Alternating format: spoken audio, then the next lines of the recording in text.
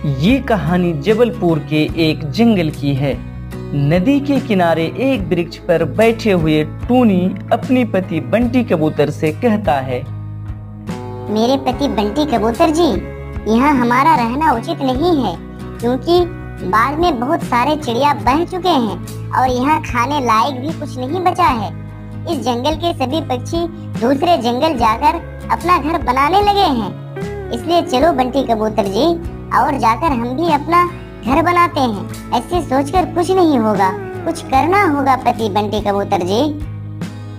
ऐसा बोलकर टूनी और उसके पति दूसरे जंगल की ओर रवाना हो जाता है और जंगल पहुंचकर टूनी बंटी कबूतर से कहता है, अरे बंटी कबूतर जी, यहाँ तो कोई पेड़ खाली नहीं है। सभी पक्षी पहले ही से पेड़ पर अपना घर बना लिया है। अब हम घर कहाँ बनाएंगे? अब हमारा क्या होगा? कुछ बोलिए ना बंटी कबूतर जी। अरे टोनी, वहाँ देखो, एक सूखा पेड़ दिख रहा है। हम सभी उस सूखे पेड़ पर जाकर अपना घर बनाएंगे। चलो टोनी, चलते हैं। ऐसा कहकर बंटी कबूतर और टूनी उस सूखे हुए अनार के पेड़ के पास चला जाता है और देखता है कि उसके दूसरी ओर एक पेड़ पर आम से भरा हुआ है। दूसरी ओर एक पेड़ पके हुए आम से भरा हुआ है और पेड़ भी बिल्कुल हरा भरा है। लेकिन उस पेड़ पर पहले से ही कालू कौवा और उसकी पत्नी काली कौवी अपना घर बना चुका था। फिर टूनी बंटी कबूतर से कहता है, अरे बंटी जी, इसमें तो कौवा ने अपना कब्जा जमाए हुआ है और ये अनार का पेड़ तो बिल्कुल सूख गया है और इसमें एक भी पत्ता नहीं है। अब हम क्या करें? मैं तो पूरा जंगल ढूंढ चुका हूँ टोनी, लेकिन पेड़ कहीं पर भी खाली नहीं है। सिर्फ यही सूखा पेड़ खाली है। अब हमें ना चाहते हुए भी इस सूखे पेड़ पर अपना घर बनाना होगा। फिर टूनी और बंटी कबूतर मिलकर उस सूखे अनार के पेड़ पर अपना घर बनाने लगते हैं। यह देखकर कालू कौवा और काली कौवी दोनों हंसने लगती है। ये भला सूखे पेड़ किस काम का है? ये तो निकम्मा है, निकम्मा। इसलिए हम लोगों ने तो ये बड़ा सा आम का पेड़ चुन लिया है और इस पर अपना घर बना लिया है। अब हमें खाने पीने का भी कोई टेंशन नहीं है। देखो, इसमें कितने मीठे मीठे और रसीले आम फले हुए हैं और तुम्हारे पेड़ पर तो कोई फल नहीं है। तुम भला क्या खाकर अपना गुजारा करोगे? शायद सूखी लकड़ी ही खाकर गुजारा करोगे। हा हा हा हा हा। तुम लोग कुछ ज्यादा ही बोल रहे हो कालू कौवा और काली कौवी। भगवान के घर देर है, अंधेर नहीं। अगर मैं प्रतिदिन नियमानुसार इस पेड़ पर पानी डालूं तो इस सूखे पेड़ पर भी फल उग आएंगे। चलो बंटी जी, हमारे पास खाने के लिए कुछ भी नहीं है। हमें खाने का उपाय करना होगा। इन दुष्ट कौवों के मुंह लगकर नहीं होगा। ऐसा कहकर टूनी और बंटी कबूतर भोजन की तलाश में निकल जाते हैं। हमें उन लोगों की तरह भोजन की तलाश में नहीं जाना होगा काली कौवी, और हम आराम से सुखी सुखी अपना जीवन बिता सकते हैं, है ना गोरी कौवी? हा हा हा हा हा। ये कहकर कालू कौवा और काली कौवी घूमने के लिए निकल जाते हैं और इधर घमंडी आम का पेड़ सूखे हुए अनार के पेड़ का हमेशा अपमान करता है और चिढ़ाता रहता है। एक दिन घमंडी आम का पेड़ सूखे हुए अनार के पेड़ से कहता है, देखो, मेरे ऊपर कितने सुंदर सुंदर मीठे मीठे और रसीले आम लगे हुए हैं और मेरे ऊपर पक्षियाँ अपना घर बनाकर खुशी खुशी रहते हैं। देखो, मेरे ऊपर रहने वाले पक्षी मेरी प्रशंसा कर रहे थे और तुम्हारे पेड़ पर तो कुछ भी नहीं है। फल तो दूर की बात, पत्ते भी नहीं है, सिर्फ सूखी लकड़ी है, सूखी लकड़ी। हा हा हा हा हा। तुम तो एकदम बेकार सी पेड़ हो गई। मेरी देखभाल की कमी के कारण मैं सूख गया हूँ आम का पेड़।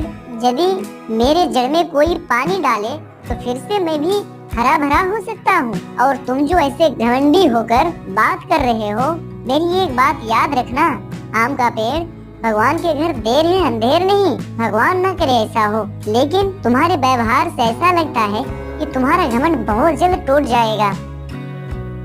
अरे प्रवचन देना बंद करो।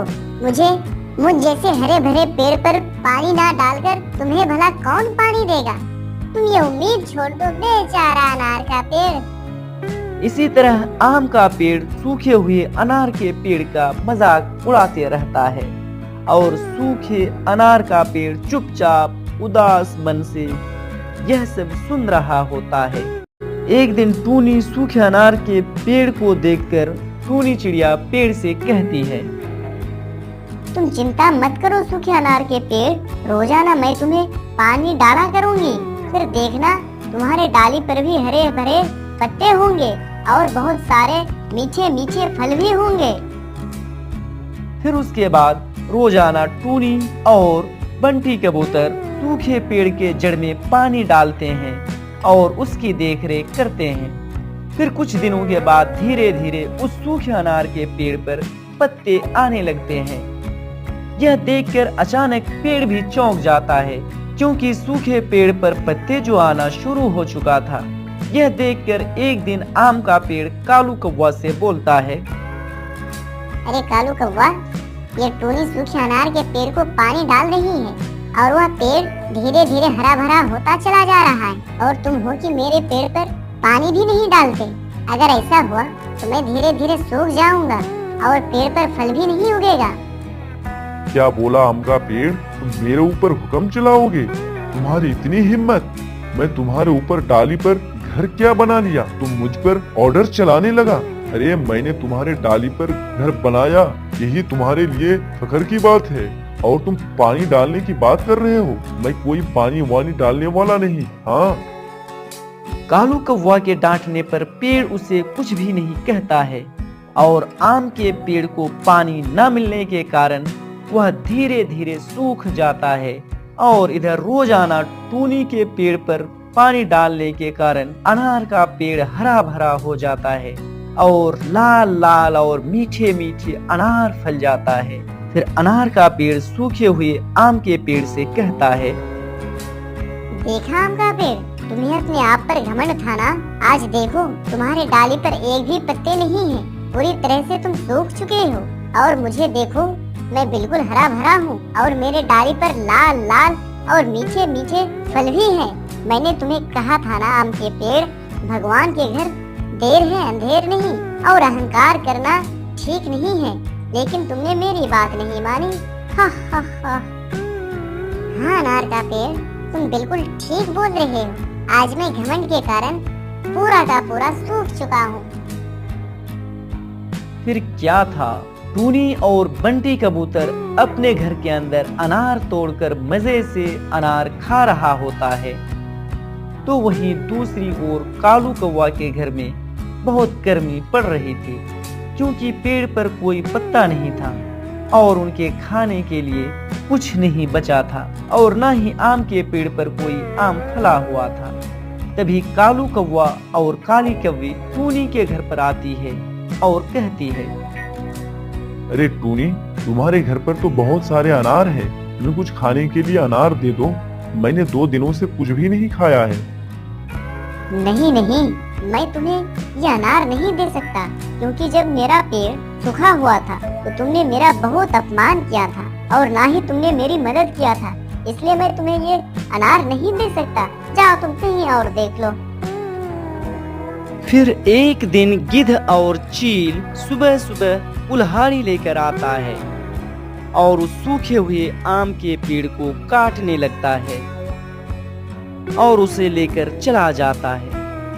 अब कालू कौवा और काली कौवी के रहने के लिए कुछ नहीं बचा था, क्योंकि उनका घर जो उजड़ चुका था और अपनी गलती पर शर्मिंदा होकर वे दोनों वहां से चला जाता है। और इधर टूनी और बंटी कबूतर खुशी खुशी अपना जीवन बिताने लगता है।